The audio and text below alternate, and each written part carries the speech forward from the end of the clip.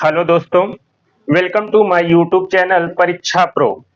आज से हम जीएफआर शुरू करेंगे। GFR 2017 general financial rule. GFR का जो फुल फॉर्म है उसका नाम है जनरल फाइनेंशियल रूल।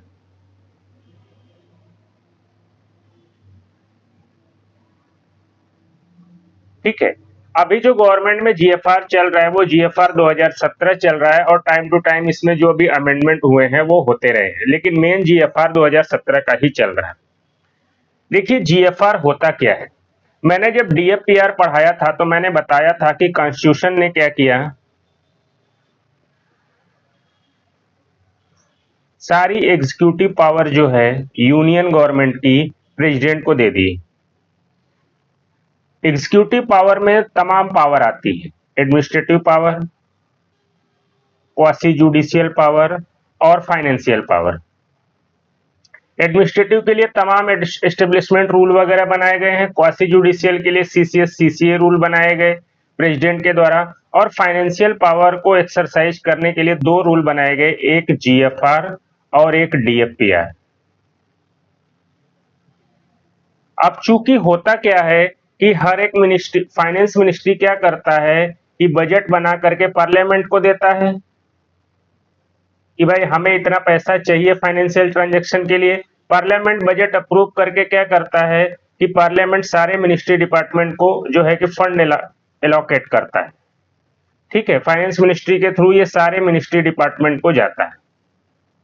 सारे मिनिस्ट्री डिपार्टमेंट इस फंड को यूटिलाइज करते हैं, मतलब इसका एक्सपेंडिचर करते हैं, और एक्सपेंडिचर करने के बाद अपना एक अकाउंट मेंटेन करते हैं, और अकाउंट मेंटेन करने के बाद ये चीज पार्लियामेंट के सामने फिर सबमिट की जाती है। ठीक है, तो एक तरीके से सारे मिनिस्ट्री डिपार्टमेंट फाइनेंशियल ट्रांजैक्शन करते हैं। जो भी एक तरीके से फंक्शन उस मिनिस्ट्री डिपार्टमेंट को एलोकेट किया गया है उसके लिए वो फाइनेंशियल ट्रांजैक्शन करते हैं। तो अब जो है कि प्रेसिडेंट ने क्या किया कि दो रूल बना दिया। एक जीएफआर, जिसमें उसने बताया कि जिस भी मिनिस्ट्री डिपार्टमेंट में जो भी फाइनेंशियल ट्रांजैक्शन होंगे, ठीक है, जो भी फाइनेंशियल ट्रांजैक्शन होंगे वो जिस रूल के तहत होंगे वो होगा जीएफआर जनरल फाइनेंशियल रूल। और डीएफपीआर में मैंने बताया था कि डीएफपीआर में पावर डेलीगेट की गई है कि ये जो फाइनेंशियल ट्रांजैक्शन अप्रूव करने की जो पावर होगी वो किसकी होगी, ये पूरा का पूरा मैंने बताया था कि डीएफपीआर में बताया गया। ठीक है, तो यही चीज है। तो जीएफआर में हम क्या करेंगे कि पूरा जो फाइनेंशियल ट्रांजैक्शन होता है किसी भी मिनिस्ट्री डिपार्टमेंट में वो पूरा का पूरा हम जीएफआर में पढ़ेंगे। ठीक है, जैसे किसी डिपार्टमेंट को अपना अकाउंट मेंटेन करना है तो क्या गाइडलाइन है, क्या रूल बनाए गए हैं, बजट प्रपोजल जो बनाना है उसके लिए क्या गाइडलाइन बनाई गई है। ठीक है, फाइनेंशियल सैंक्शन वगैरह के लिए क्या गाइडलाइन बनाई गई है, कोई भी वर्क कंडक्ट करना है मिनिस्ट्री डिपार्टमेंट को तो क्या गाइडलाइन है, कोई भी प्रोक्योरमेंट अगर करना है गुड्स या सर्विसेज का तो क्या गाइडलाइन बनाई गई है, लैंड वगैरह एक दूसरे को ट्रांसफर करना है तो क्या गाइडलाइन है।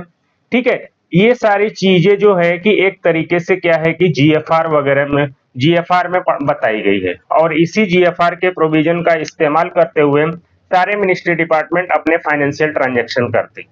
ठीक है, डीएफपीआर में अथॉरिटीज बताई गई है और जीएफआर में प्रोसीजर बताया गया है कि वो फाइनेंशियल ट्रांजैक्शन करते समय आपको क्या प्रोसीजर फॉलो करना है।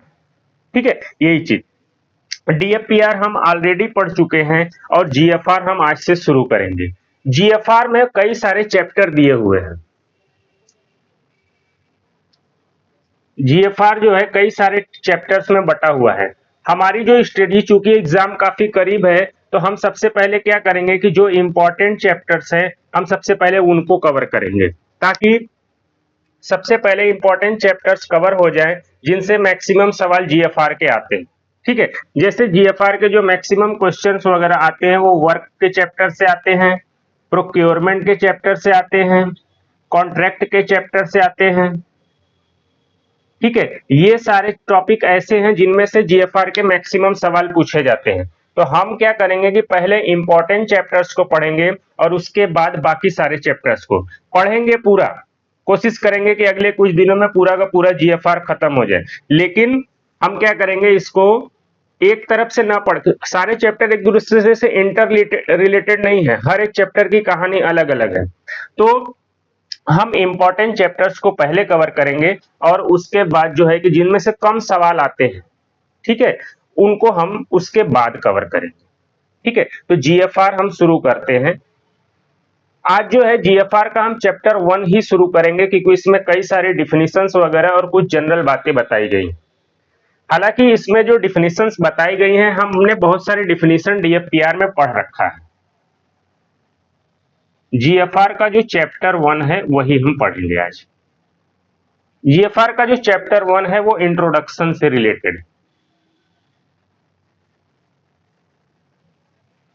ठीक है, सबसे पहले हम ये जानते हैं कि ये जो जीएफआर है किस साल का रूल अभी चल रहा है, तो जीएफआर 2017 चल रहा है। ये कब से एक तरीके से लागू हुआ जीएफआर 2017, ये 8 मार्च 2017 से लागू हुआ। टाइम टू टाइम इसमें अमेंडमेंट भी हुए हैं प्रोविजंस में, वो जहां जहां आएंगे हम नए जो कि प्रोविजंस है वही पढ़ेंगे। तो ये डेट भी कई बार पूछ लेता है, तो इसको भी ध्यान रखना जरूरी है। अब सवाल यह है कि ये जीएफआर का प्रोविजन कहां कहां अप्लाई होता है। ठीक है, तो ये सारे सेंट्रल गवर्नमेंट की, मतलब सेंट्रल गवर्नमेंट की जितनी मिनिस्ट्री डिपार्टमेंट हैं उन सब में अप्लाई होता है, और इस मिनिस्ट्री डिपार्टमेंट के जितने अटैच ऑफिस और सबऑर्डिनेट ऑफिस हैं, ये सारे के सारे इसी जीएफआर के प्रोविजन से गवर्न होते हैं। ठीक है, सेंट्रल गवर्नमेंट के सारे मिनिस्ट्री डिपार्टमेंट, उनकी अटैच और सबऑर्डिनेट ऑफिसेज जो हैं, ये सब जीएफआर के प्रोविजन से गवर्न होती है। इसके अलावा जो सेंट्रल गवर्नमेंट की ऑटोनॉमस बॉडीज है, ये भी जीएफआर के प्रोविजन से गवर्न होती हैं, लेकिन इसमें एक एक्सेप्शन है।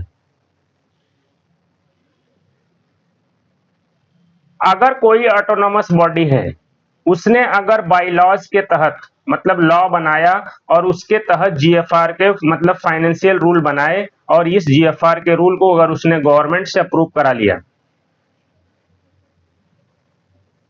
ठीक है, तो वो ऑटोनॉमस बॉडी जीएफआर 2017 से नहीं गवर्न होकर के वो जो उसने वो जीएफआर बनाया हुआ है उस जीएफआर के रूल से गवर्न होता है। ठीक है, तो ये है एक तरीके से इतनी ही बातें बताई गई हैं कि जीएफआर कहां कहां किसके किसके पे अप्लाई होता है। ठीक है, बहुत लंबी चौड़ी लिस्ट नहीं है। ऑटोनॉमस बॉडी वाला याद रखिएगा कि जीएफआर 2017 ऑटोनॉमस बॉडी पे भी लागू होता है, लेकिन ऐसे ऑटोनॉमस बॉडी जिन्होंने अपना खुद का फाइनेंशियल रूल बनाया हुआ है बाई लॉज के तहत, और वो फाइनेंशियल रूल जो है गवर्नमेंट के द्वारा अप्रूव्ड है। ठीक है, तो ऐसे केस में क्या होता है कि उनके ऊपर उनका बनाया हुआ अपना ही फाइनेंशियल रूल लागू होता है। ठीक है, ये चीज। अब हम आते हैं डिफिनीशंस पे। डिफिनीशंस किसी भी रूल का सबसे इंपॉर्टेंट सेगमेंट माना जाता है क्योंकि इसमें से सवाल अक्सर आते हैं। सबसे पहला है अकाउंट ऑफिसर। हम जीएफआर में एक टॉपिक पढ़ेंगे जिसको बोलते हैं गवर्नमेंट अकाउंटिंग। क्योंकि गवर्नमेंट को पार्लियामेंट क्या करती है कि सारे मिनिस्ट्री डिपार्टमेंट को फंड एलोकेट करती है, तो बाद में उन्हें हिसाब भी देना पड़ता है कि हमने कौन सा पैसा कहां खर्च किया। तो इसके लिए हर मिनिस्ट्री डिपार्टमेंट में अकाउंट ऑफिसर होता है, जिसका काम होता है कि पूरी उस मिनिस्ट्री डिपार्टमेंट के अकाउंट को मैनेज करने का काम होता है। ठीक है, ये चीज। ये होता क्या है, अकाउंट ऑफिसर की जो डिफिनीशन है, हेड ऑफ, दो तरह के होते हैं, head of an office of account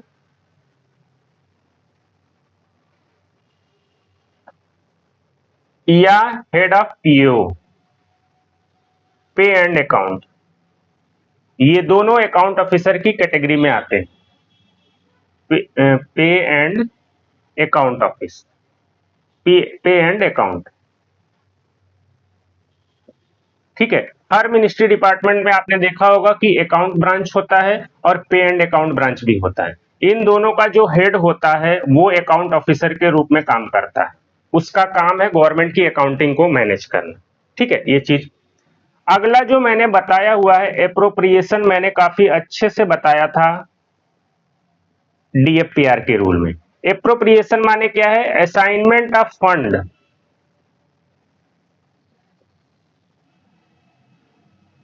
to meet some expenditure.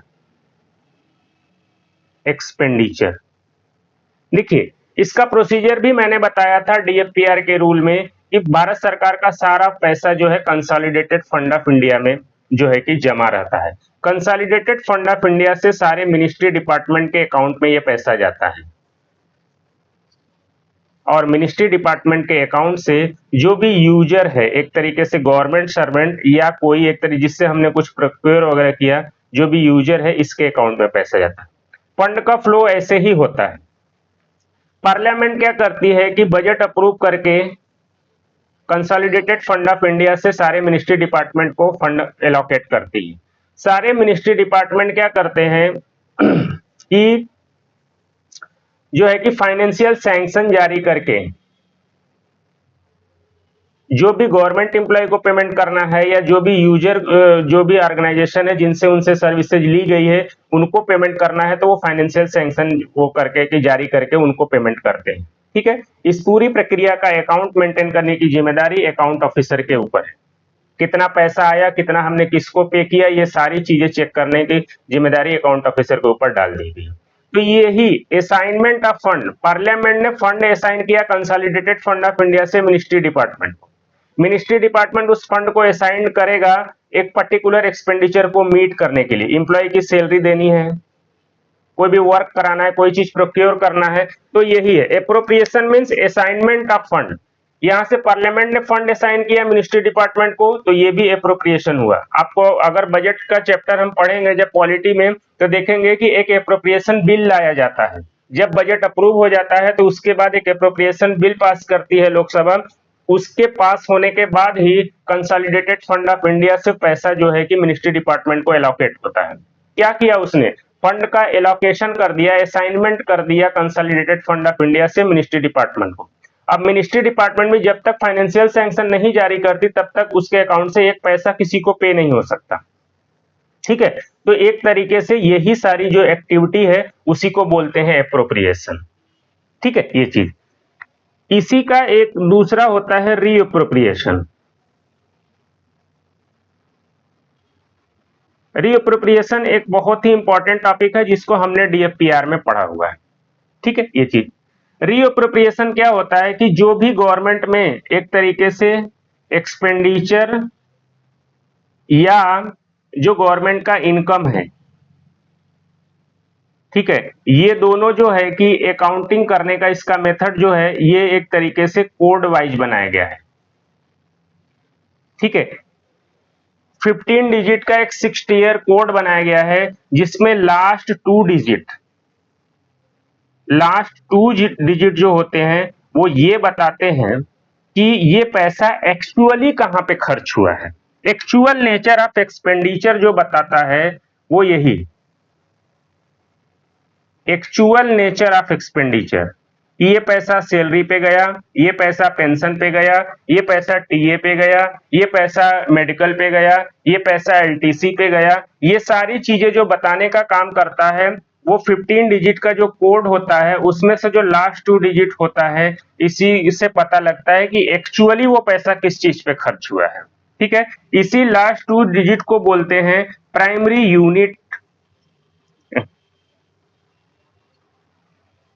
Primary unit of appropriation, या इसी का दूसरा नाम है ऑब्जेक्ट हेड। किस उद्देश्य पे पैसा खर्च हुआ ये इसी प्राइमरी यूनिट ऑफ एप्रोप्रिएशन से पता लगता है। तो रीअप्रोप्रिएशन क्या होता है कि एक प्राइमरी यूनिट ऑफ एप्रोप्रिएशन से पैसा का ट्रांसफर दूसरी प्राइमरी यूनिट ऑफ एप्रोप्रिएशन में करना ही रीअप्रोप्रिएशन कहलाता है। जो मैंने डीएफपीआर में बहुत डिटेल पूरा एक टॉपिक लिया है कि किस ऑब्जेक्ट हेड से दूसरे ऑब्जेक्ट हेड में पैसा ट्रांसफर हो सकता है, किस में नहीं हो सकता है, ये चीजें। यहां पे क्या हो रहा है कि कंसोलिडेटेड फंड ऑफ इंडिया से मिनिस्ट्री डिपार्टमेंट को फंड जो है कि एप्रोप्रिएट किया जा रहा है। यहां पे क्या है कि मिनिस्ट्री डिपार्टमेंट में ही क्या है कि मान लीजिए कि 10 लाख रुपया है, ये मान लीजिए मेडिकल हेड में पड़ा हुआ है उसके पास। ठीक है, पार्लियामेंट ने ये पैसा उसको दे दिया था। मिनिस्ट्री डिपार्टमेंट का ये पैसा खर्च नहीं हो पा रहा है, लेकिन मिनिस्ट्री डिपार्टमेंट के टीए हेड में पैसा है ही नहीं, और जो है कि तो मिनिस्ट्री डिपार्टमेंट को ये पावर है कि वो इस मेडिकल हेड, मेडिकल क्या है, एक तरीके से हेड जो है प्राइमरी यूनिट ऑफ एप्रोप्रिएशन है कि ये पैसा मेडिकल हेड में है, मेडिकल के एक्सपेंडिचर पे खर्चा होगा। अब इस डिपार्टमेंट के पास ये पावर होती है कि इस पैसे को, मेडिकल हेड के पैसे को वो टीए के हेड में ट्रांसफर कर सकती है, क्योंकि जिस हेड में पैसा है वो उसी पर्पज से के लिए यूज हो सकता है। तो यहाँ पे मेडिकल के ऑब्जेक्ट हेड से वो पैसा टीए के ऑब्जेक्ट हेड में ट्रांसफर कर दिया जाता है, इसी को बोलते हैं रीअप्रोप्रिएशन। तो reappropriation means transfer of fund between one primary unit of appropriation to another primary unit of appropriation। Her ministry department में ये हर साल ये चीज जो होती है, ठीक है, ये चीज।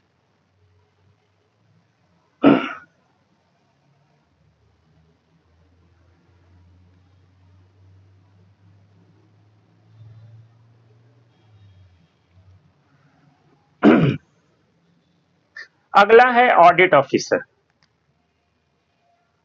जैसे हमने अकाउंट ऑफिसर पढ़ा वैसे ही होता है ऑडिट ऑफिसर।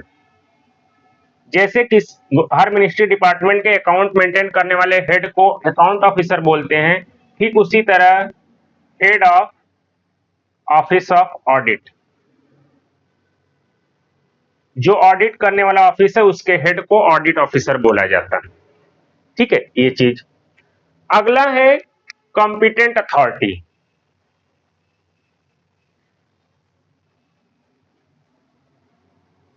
ये भी मैंने डीएफपीआर में बताया था कि कॉम्पिटेंट अथॉरिटी कौन है, प्रेसिडेंट या कोई भी अदर अथॉरिटी जो प्रेसिडेंट से सबऑर्डिनेट है और प्रेसिडेंट ने इसको पावर डेलीगेट किया हुआ है, वो सब के सब कॉम्पिटेंट अथॉरिटी कहलाते हैं। मतलब कॉम्पिटेंट अथॉरिटी मीन्स वो अथॉरिटी जो उस पर्टिकुलर फाइनेंशियल ट्रांजैक्शन को अप्रूव करने की पावर रखता है। तो मैंने बताया ना कि कॉन्स्टिट्यूशन ने सारी पावर प्रेसिडेंट को दी, प्रेसिडेंट ने फर्दर उस पावर को नीचे अपने सबऑर्डिनेट्स को डेलीगेट किया। इतने तक का पावर आप एक्सरसाइज करोगे, इतने तक का आप एक्सरसाइज करोगे, इतने तक का आप, ये सारी चीजें देखेंगे। तो हर मिनिस्ट्री डिपार्टमेंट में एक जो है कि डेलीगेशन बना हुआ है, फाइनेंशियल रूल को, ट्रांजैक्शन को एक्सरसाइज करने का डेलीगेशन बना हुआ है कि जेएस कितने तक की चीजों को अप्रूव कर सकते हैं, एएस कितने की, सेक्रेटरी कितने की, ठीक है, ये सारी चीजें, और उसके ऊपर मिनिस्टर कितने तक की, ठीक है, ये सारी चीजें। तो यही तो जिसको जितनी पावर दी गई है उतना पावर एक्सरसाइज करने के लिए वही कॉम्पिटेंट अथॉरिटी होता है, ठीक है, ये चीज। अगला है कंट्रोलिंग ऑफिसर। आपको जीएफआर में कंट्रोलिंग ऑफिसर के बारे में भी कई सारी चीजें जो है कई जगह उसका जिक्र मिलेगा। तो ये कंट्रोलिंग ऑफिसर क्या होते हैं, देखिए, हर मिनिस्ट्री डिपार्टमेंट को पैसा दिया जाता है, पैसे को खर्च करने के लिए, पैसे को एक्सपेंडिचर करने के लिए, और साथ ही साथ उस मिनिस्ट्री डिपार्टमेंट को रेवेन्यू भी कलेक्ट करने की जिम्मेदारी होती है। अगर वो उस तरह का ऑर्गेनाइजेशन है तो रेवेन्यू भी कलेक्ट करता है। तो यही जो किसी मिनिस्ट्री डिपार्टमेंट को एक्सपेंडिचर को इनकर करने और मैक्सिमम रेवेन्यू को कलेक्शन करने की जिम्मेदारी जो दी गई है वो कंट्रोलिंग ऑफिसर को दी गई, ठीक है। तो ये चीज है, सिंपल सी बात है कंट्रोलिंग ऑफिसर के बारे में। जीएफआर में जो डिपार्टमेंट की डिफिनीशन दी हुई है, ये एलोकेशन ऑफ बिजनेस रूल में जो शेड्यूल 1 में एलोकेशन ऑफ बिजनेस रूल के जो फर्स्ट शेड्यूल में जो सारे डिपार्टमेंट मेंशन्ड हैं, ठीक है, वो सारे जीएफआर के तहत डिपार्टमेंट की कैटेगरी में आते हैं, ठीक है, ये चीज। डीडीओ की डिफिनीशन भी मैंने बताई थी, अगर आपको याद हो। तो डीडीओ क्या होता है, हर मिनिस्ट्री डिपार्टमेंट में डीडीओ होता है। इसका क्या काम क्या होता है, इसका काम होता है बिल को ड्रॉ करना एंड पेमेंट करना।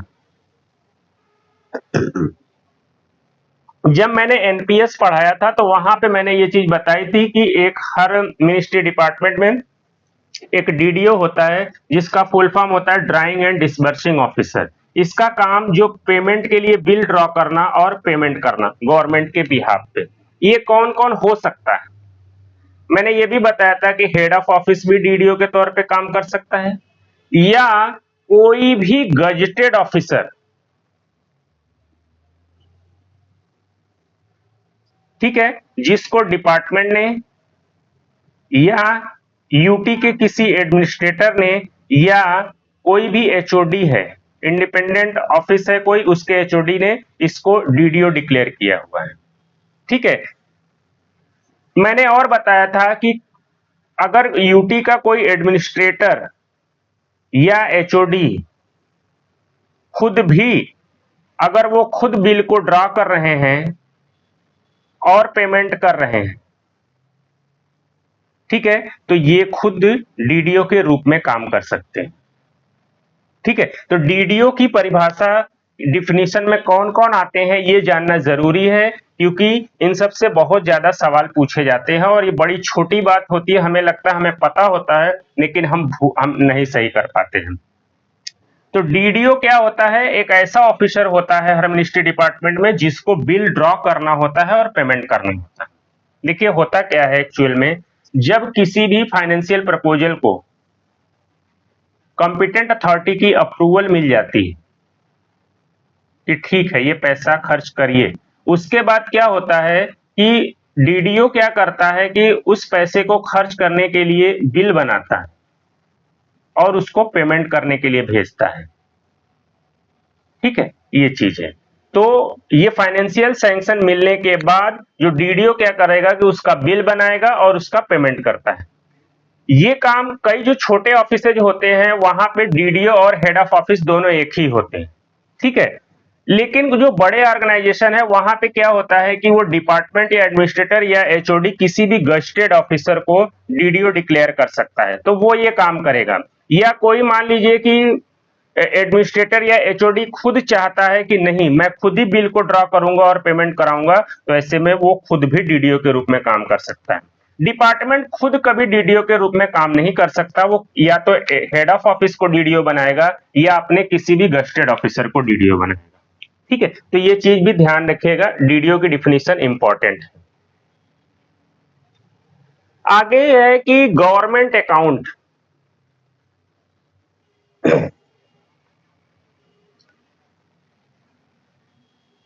गवर्नमेंट अकाउंट, भारत सरकार का 3 तरह का अकाउंट होता है। एक होता है कंसोलिडेटेड फंड ऑफ इंडिया, एक होता है कंटिंजेंसी फंड ऑफ इंडिया, और तीसरा होता है पब्लिक अकाउंट। भारत सरकार के ये 3 तरह के अकाउंट होते हैं। इनके बारे में वैसे तो हम डिटेल में जब पढ़ेंगे तो पॉलिटी में बहुत डिटेल में पढ़ेंगे। ठीक है, लेकिन थोड़ी थोड़ी बातें आपको यहां पे बता दें। तीनों ही अकाउंट का जो जिक्र है वो कॉन्स्टिट्यूशन में किया गया है। कॉन्स्टिट्यूशन में तीनों अकाउंट का जिक्र है। जो कंसोलिडेटेड फंड ऑफ इंडिया होता है, इसमें भारत सरकार के सारे एक्सपेंडिचर, जो भी भारत सरकार के जो इनकम वगैरह है, ये सारा रेवेन्यू वगैरह कंसोलिडेटेड फंड ऑफ इंडिया में ही जमा होता है। और कंसोलिडेटेड फंड ऑफ इंडिया से कोई भी पैसा अगर निकालना है तो पार्लियामेंट की अप्रूवल चाहिए होती है। बिना पार्लियामेंट के अप्रूवल से कंसोलिडेटेड फंड ऑफ इंडिया से 1 रुपया भी नहीं निकल सकता।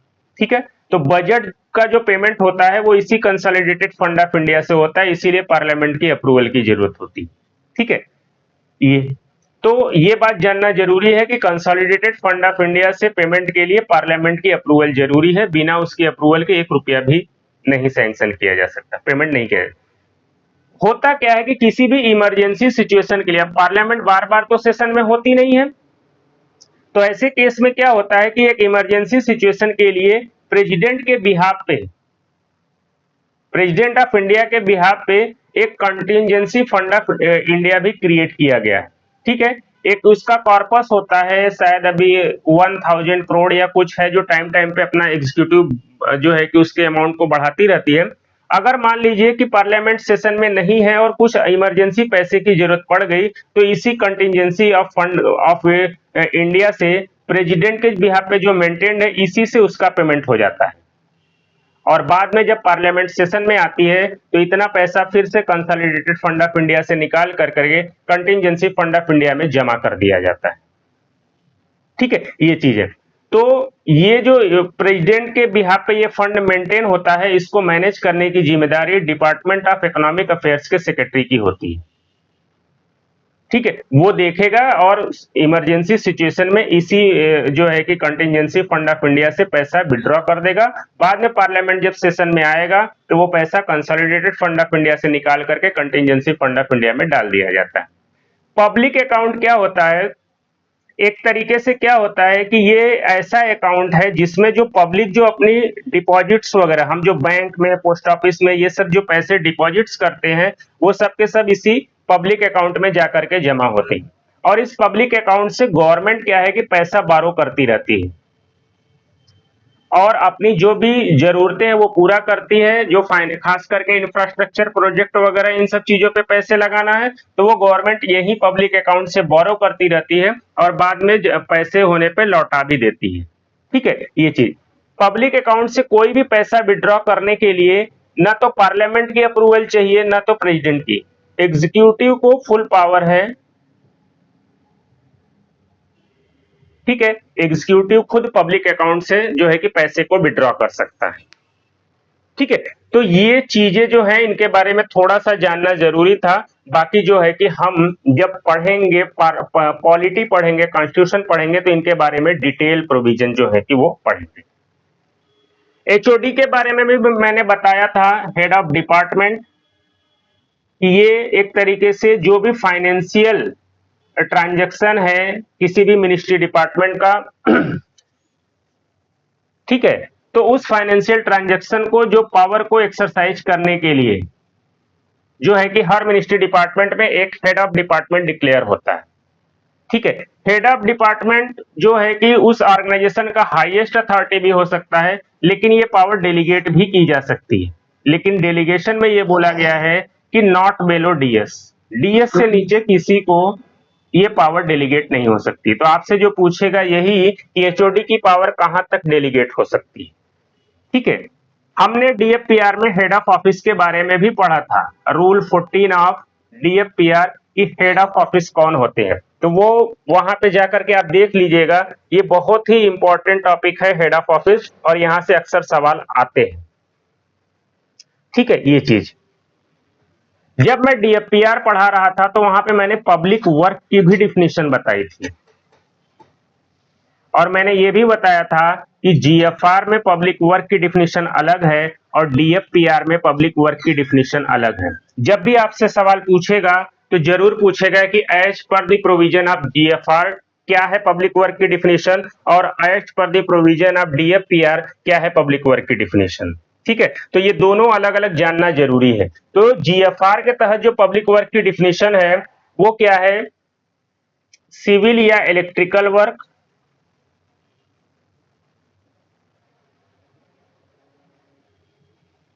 इंक्लूडिंग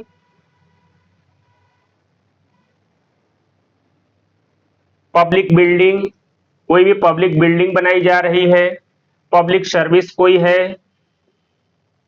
ठीक है, ट्रांसपोर्ट इंफ्रास्ट्रक्चर जो बन रहे हैं, मेट्रो, रेलवे लाइन, ये सब चीजें, et cetera, both original and repair work.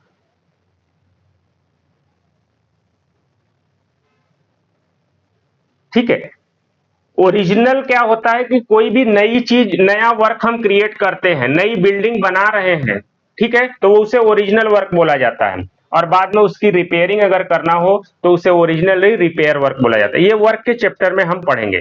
साथ ही साथ ये बोला गया है कि ऐसा कोई भी जो है कि इंफ्रास्ट्रक्चर क्रिएट कर रहे हैं जो पब्लिक यूज के लिए है, तो ये सारे के सारे जीएफआर के तहत जो है कि पब्लिक वर्क की डिफिनेशन में आते हैं। ठीक है, डीएफपीआर में पब्लिक वर्क की डिफिनेशन अलग है। वो डीएफपीआर के जो प्लेलिस्ट है उसमें पहले ही चैप्टर में मैंने बताया है, वहां पर जाकर के देख लीजिएगा। बस इतना ध्यान रखिएगा कि दोनों का अलग अलग डिफिनेशन दिया हुआ है। ठीक है, ये चीज डीएफपीआर में मैंने पढ़ाते समय सबऑर्डिनेट अथॉरिटी की भी डिफिनेशन बताई थी। काफी डिटेल्ड रूल है इस पे सबऑर्डिनेट अथॉरिटी के बारे में, जो मैंने बताया था कि एनी डिपार्टमेंट, ठीक है, और कोई भी अथॉरिटी जो प्रेसिडेंट के सबऑर्डिनेट, ये सब के सब जो हैं कि सबऑर्डिनेट अथॉरिटी के रूप में काम करते हैं।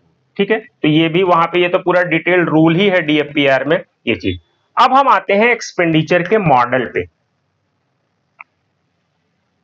कोई भी जो पैसा खर्च करने का मॉडल होता है, दो तरह के मॉडल अपनाए जाते हैं गवर्नमेंट में। हालांकि हम अपनी निजी जिंदगी में भी यही मॉडल अपनाते हैं। एक होता है कैपेक्स मॉडल और एक होता है ओपेक्स मॉडल। ठीक है, कैपेक्स मॉडल का जो फुल फॉर्म है कैपिटल एक्सपेंडिचर मॉडल, और इसका फुल फॉर्म है ऑपरेशन एक्सपेंडिचर मॉडल। दोनों में फर्क क्या होता है?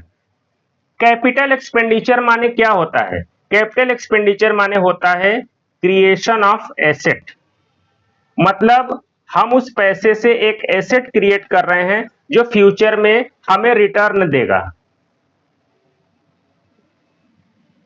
ठीक है, कैपिटल एक्सपेंडिचर यही होता है कि अगर जैसे गवर्नमेंट ने पैसा उठा करके रोड बनाने पे खर्च कर दिया, ब्रिज बनाने पे खर्च कर दिया, मेट्रो बनाने में खर्च किया, तो ये सारा का सारा एक्सपेंडिचर कैपिटल एक्सपेंडिचर होता है। गवर्नमेंट जो भी इंफ्रास्ट्रक्चर क्रिएट करती है वो सब के सब कैपिटल एक्सपेंडिचर में आते हैं। क्यों? क्योंकि फ्यूचर में इनसे क्या है कि एक रिटर्न मिलता रहता है गवर्नमेंट को। ऑपरेशनल एक्सपेंडिचर क्या होता है? किसी भी चीज को एक तरीके से केवल रन करने के लिए। ठीक है, इससे कोई इनकम नहीं होगा, लेकिन वो जो है कि उस चीज को रन करना है, जैसे हमारी सैलरी वगैरह। ठीक है, ये सारी चीजें, इसी का दूसरा नाम होता है रेवेन्यू एक्सपेंडिचर। इसको हम डिटेल में पढ़ेंगे आगे के टॉपिक में कि कैपिटल एक्सपेंडिचर और रेवेन्यू एक्सपेंडिचर क्या होता है। यहां पे हमें पढ़ना है कैपेक्स मॉडल और ओपेक्स मॉडल। ये डिपेंड करता है कि जिस चीज पे आप एक्सपेंडिचर करने चाह रहे हो उसकी जो नीड है, जिस चीज को प्रोक्योर करना चाह रहे हो और एक्सपेंडिचर करना चाह रहे हो उसकी नीड कैसी है। क्या उसकी आपको परमानेंट नीड है या ओकेजनल? ठीक है, ये इसी आधार पे डिसाइड होता है कि कोई भी मिनिस्ट्री डिपार्टमेंट कैपेक्स मॉडल पे एक्सपेंडिचर करेगा या ओपेक्स मॉडल पे। ठीक है, अब मान लीजिए कोई भी चीज है जिसकी परमानेंट नीड है उस ऑफिस या ऑर्गेनाइजेशन को। जैसे सारे गवर्नमेंट एम्प्लॉय को बैठने के लिए चेयर चाहिए, डेली वो ऑफिस जाएंगे काम करेंगे तो उनको बैठने के लिए चेयर चाहिए, उनको काम करने के लिए पीसी चाहिए।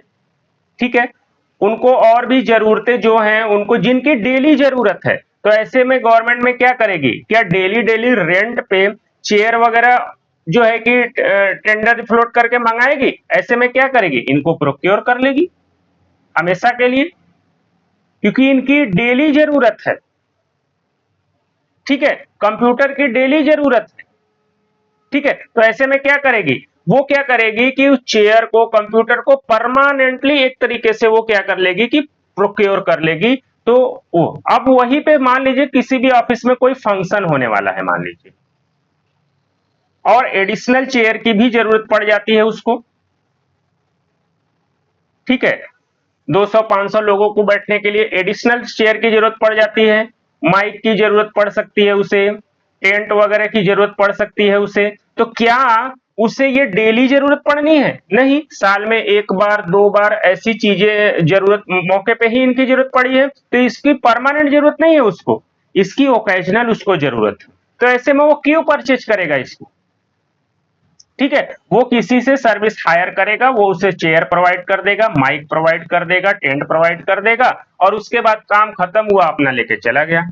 अगर ये इसको पूरा का पूरा परमानेंट परचेज करेगी गवर्नमेंट, तो इसकी यूटिलिटी भी नहीं है, और दूसरा क्या है, इसका कॉस्ट भी बहुत ज्यादा है।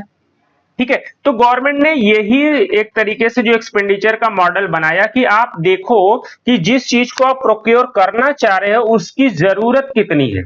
अगर बराबर उसकी जरूरत है तो ऐसे केस में ऑफिस को ओपेक कैपेक्स मॉडल का इस्तेमाल करना चाहिए, और अगर आपको कभी कभी जरूरत है तो ऐसे केस में आपको ओपेक्स मॉडल का इस्तेमाल करना चाहिए। तो कैपेक्स मॉडल में क्या हुआ, एक तरीके से जो भी गुड्स और सर्विसेज हैं, जो भी गुड्स वगैरह हैं कैपेक्स मॉडल में,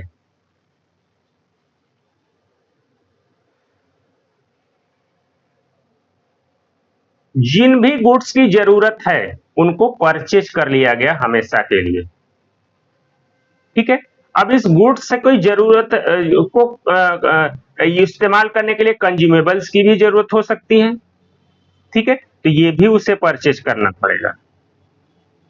ठीक है, और जितने दिन तक इस गुड्स की लाइफ है वो उसका इसका मेंटेनेंस वगैरह ये सब जो है कि मिनिस्ट्री डिपार्टमेंट की ही जिम्मेदारी हो जाएगी। ठीक है, और जब इसकी लाइफ कंप्लीट हो जाएगी तो इसको डिस्पोज करने की भी जिम्मेदारी जो है कि मिनिस्ट्री डिपार्टमेंट को हो जाएगी।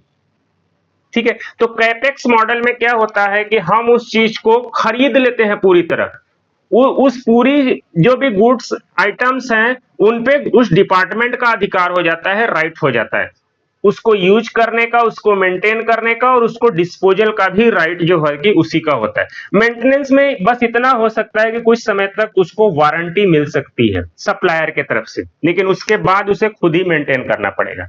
यहां पे यही होता है, ना तो उसे गुड्स खरीदने की जरूरत है, ना उसे कंज्यूमेबल्स खरीदने की जरूरत पड़ेगी, ना उसे मेंटेनेंस वगैरह के पैसा मतलब पे कुछ करने की जरूरत है, ना ही उसके डिस्पोजल की जिम्मेदारी उसकी है। वो इन सब का मिला करके एक जो है कि कॉस्ट फिक्स होगा, उसी कॉस्ट को बस वो सप्लायर को पेमेंट कर देगा। तो यहां पे उसे परचेज भी नहीं करना पड़ेगा, कंज्यूमेबल्स की जिम्मेदारी भी उसकी नहीं है, मेंटेनेंस की भी जिम्मेदारी उसकी नहीं है, और उसका काम हुआ तो डिस्पोजल की भी जिम्मेदारी मिनिस्ट्री डिपार्टमेंट की नहीं। ठीक है, तो दोनों, अब यहां सोचो, यहां पे तो ज्यादा पैसा लगेगा, यहां पे आपका कम पैसा लगेगा। ठीक है, तो यही चीज है, तो बोला गया है कि आप देखो कि आपकी नीड कितनी है। अगर परमानेंट नीड है तो आप क्या करो, उस चीज को खरीद लो ना, उसके लिए फिर रन करने के लिए कंज्यूमेबल्स वगैरह का पता करो, मेंटेनेंस की वो करो, और उसकी लाइफ खत्म हुई तो उसको डिस्पोज आप भी कर दो। ठीक है, लेकिन वही जो मैंने बताया, चेयर हमें रोज चाहिए बैठने के लिए अपने गवर्नमेंट एम्प्लॉय को, तो कैपेक्स मॉडल पे उसको एक्सपेंडिचर किया जाएगा। कोई अगर फंक्शन होने वाला है, फाउंडेशन डे वगैरह कुछ, एकाएक हमें 500,000 चेयर की जरूरत पड़ गई, तो हम क्या करेंगे, उस पे ओपेक्स मॉडल के तहत उस पे एक्सपेंडिचर करेंगे। खरीदेंगे नहीं, बस हम उसकी सर्विसेज को यूज करेंगे और जो भी पैसा उनको देना है वो दे देंगे। ठीक है, तो ओपेक्स मॉडल में गुड्स को ना परचेज किया जाता है, ना कंज्यूमेबल्स की जिम्मेदारी है, ना मेंटेनेंस की जिम्मेदारी है, ना ही उसके डिस्पोजल की जिम्मेदारी डिपार्टमेंट की होती है। ठीक है, जैसे आपने देखा होगा यूपीएससी ने एक बिल्डिंग ही बना रखी है एग्जाम बिल्डिंग के नाम पे।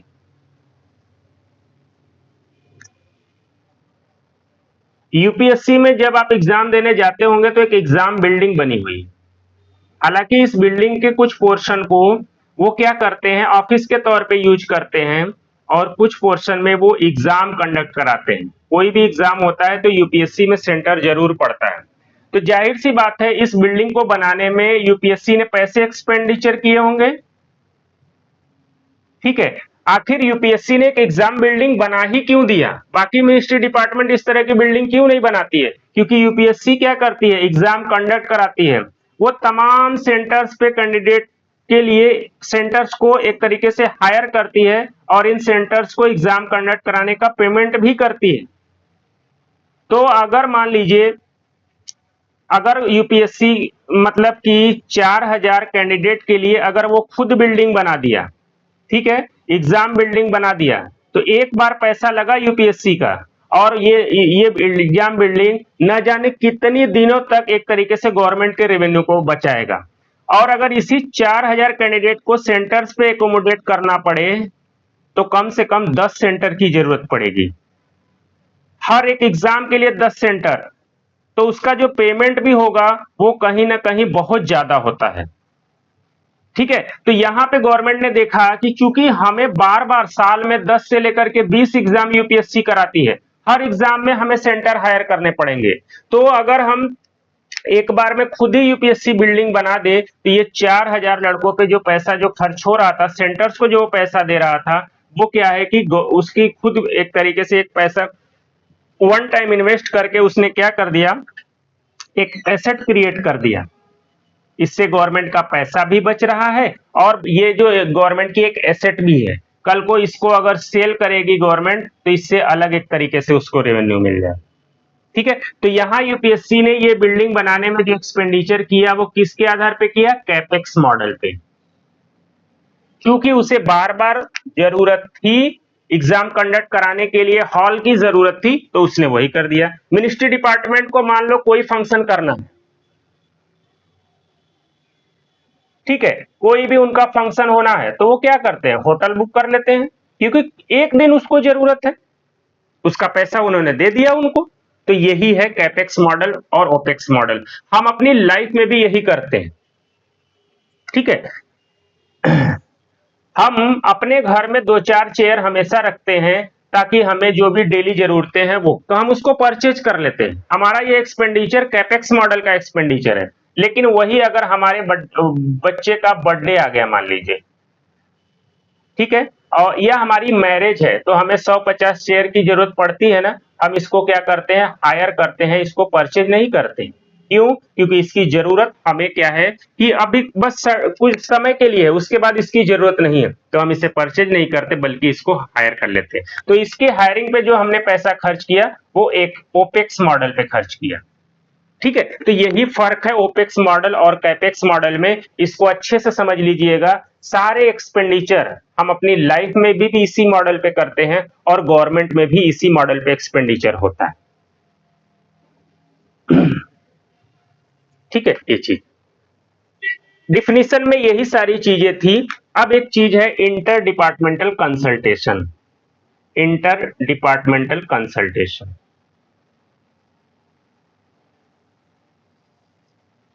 जीएफआर ये कहता है कि अगर कोई मैटर है जिसमें इंटर डिपार्टमेंटल कंसल्टेशन की जरूरत है, ठीक है, तो कोई भी ऑर्डर तब तक इशू नहीं किया जाएगा जब तक कि इंटर डिपार्टमेंटल कंसल्टेशन हो नहीं गया।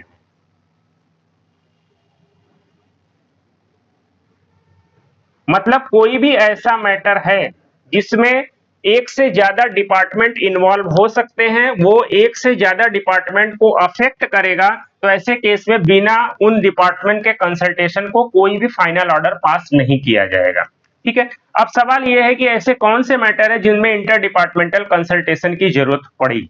मान लीजिए ये एक ऑर्गेनाइजेशन ए है और ये दूसरा है बी। अगर ए ने कोई एक तरीके से पॉलिसी बनाई और इससे ए की तो जो भी एक तरीके से एक्टिविटी है वो अफेक्ट होगी, लेकिन अगर इस पॉलिसी की वजह से बी की भी एक्टिविटी जो है कि अफेक्ट हो रही है,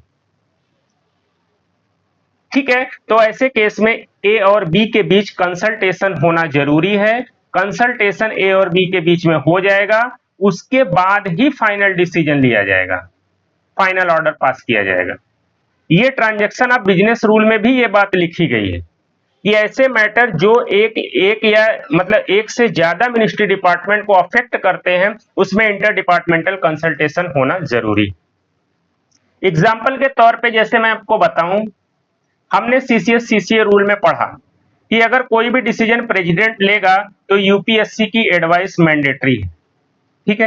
कल को प्रेसिडेंट ये रूल ही चेंज करना अगर चाहे कि भाई अब ऐसा है कि जिसमें मैं डिसीजन लूंगा उसमें भी यूपीएससी की एडवाइस की कोई जरूरत नहीं पड़ेगी, तो ऐसे केस में ये प्रेसिडेंट अकेले ये नहीं करेंगे बल्कि यूपीएससी से कंसल्ट करने के बाद ही ये करेंगे। क्यों? क्योंकि प्रेसिडेंट अगर अकेले ये डिसीजन ले लेंगे तो यूपीएससी की भी वर्किंग जो है, एक्टिविटी जो है अफेक्ट हो रही है यहाँ पे। तो ऐसे केस में दोनों के बीच कंसल्टेशन होगा और उसके बाद ही डिसीजन होगा। लेकिन एक बात बोली गई है कि अगर कोई भी ऐसा मैटर है जिसमें इंटर डिपार्टमेंटल कंसल्टेशन की जरूरत है, ठीक है, और वो मैटर कैबिनेट से अप्रूव हुआ है,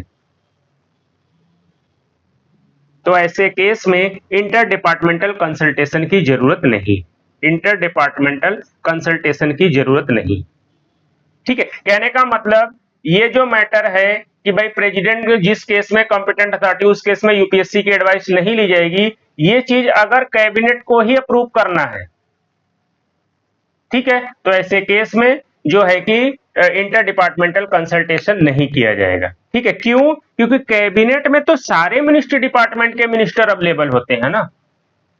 सीसीएस सीसीए रूल डीओपीटी का है, डीओपीटी ने बनाया है, इसके भी मिनिस्टर यहां पे मौजूद होंगे, और यूपीएससी की जो मिनिस्ट्री है वो भी डीओपीटी है, ठीक है, हालांकि यूपीएससी से कंसल्ट किया जाएगा क्योंकि यूपीएससी एक कॉन्स्टिट्यूशनल बॉडी है।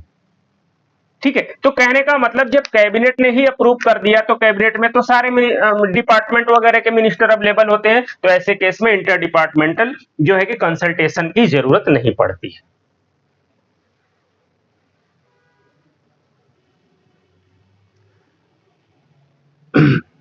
अगली कुछ छोटी छोटी बातें बताई गई हैं कि जीएफआर के प्रोविजन में अगर किसी भी प्रोविजन में कोई डाउट हो रहा है और उसके इंटरप्रिटेशन की अगर जरूरत है तो ये मिनिस्ट्री ऑफ फाइनेंस ही करेगा, क्योंकि जीएफआर का प्रोविजन मिनिस्ट्री ऑफ फाइनेंस के द्वारा बनाया गया है, तो उसमें अगर कोई भी डाउट हो रहा है तो ये मिनिस्ट्री ऑफ फाइनेंस ही उसमें क्या है कि उसके इंटरप्रिटेशन को दूर करेगा। ठीक है, ये चीज। दूसरा ये बोला गया है कि जीएफआर के प्रोविजन में अगर किसी तरह का मॉडिफिकेशन करना है, ठीक है, तो ये भी मिनिस्ट्री ऑफ फाइनेंस के द्वारा ही किया जाएगा। अगर कोई अदर अथॉरिटी उसमें कोई मॉडिफिकेशन कर रहा है, ठीक है, तो ये prior approval of finance ministry ही करेगा। इसको भी मिनिस्ट्री ऑफ फाइनेंस की प्रायर अप्रूवल लेनी ही पड़ेगी। ठीक है, ये चीज भी बोला गया है। अगला ये बात बोला गया है कि अगर कोई भी डिपार्टमेंट है वो कोई भी रेगुलेशन बना रहा है जो फाइनेंशियल कैरेक्टर का है, कुछ मिनिस्ट्री डिपार्टमेंट होते हैं जिनको थोड़ी बहुत पावर दी गई है, तो ये जो रेगुलेशन है ये भी मिनिस्ट्री ऑफ फाइनेंस से अप्रूव्ड होनी चाहिए। ठीक है, ये चीज है। तो ये छोटी छोटी बातें हैं दो तीन जो आपके माइंड में होनी चाहिए, ये चीज है। ठीक है, तो चैप्टर 1 में इतनी सारी बातें थी, इसको अच्छे से समझ लीजिएगा। बाकी अगली क्लास में हम दूसरा टॉपिक कवर करेंगे। ठीक है, ओके।